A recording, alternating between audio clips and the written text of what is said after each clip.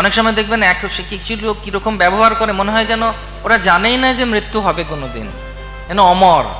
যেরকম ভাবে একটা কাটা ছাগল কসাই ঘরে ঝোলে চামড়া ছাড়া অবস্থায়, তার সামনে দাঁড়িয়ে আরেকটা ছাগল কাঁঠাল পাতা খেতে থাকে, ও ভাবছে যে আমি ঠিক কাঁঠাল পাতা পেয়ে বেরিয়ে যাব, এরকম ভাবে ঝুলবো না, কালকেই কিন্তু ছালটা ছাড়ানো হবে। তো গুটে পড়ে গোবর হাসে, বাংলা ভাষায় বলে।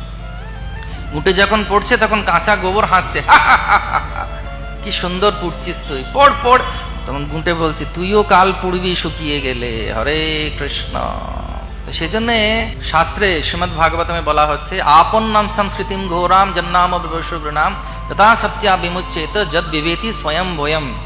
স্বয়ং কালকেও ভগবান নিয়ন্ত্রিত করতে পারেন। তার কারণ হচ্ছেন, তিনি হচ্ছেন নৃসিংহম ভীষণং ভদ্রং মৃত্যুর নমামিহম।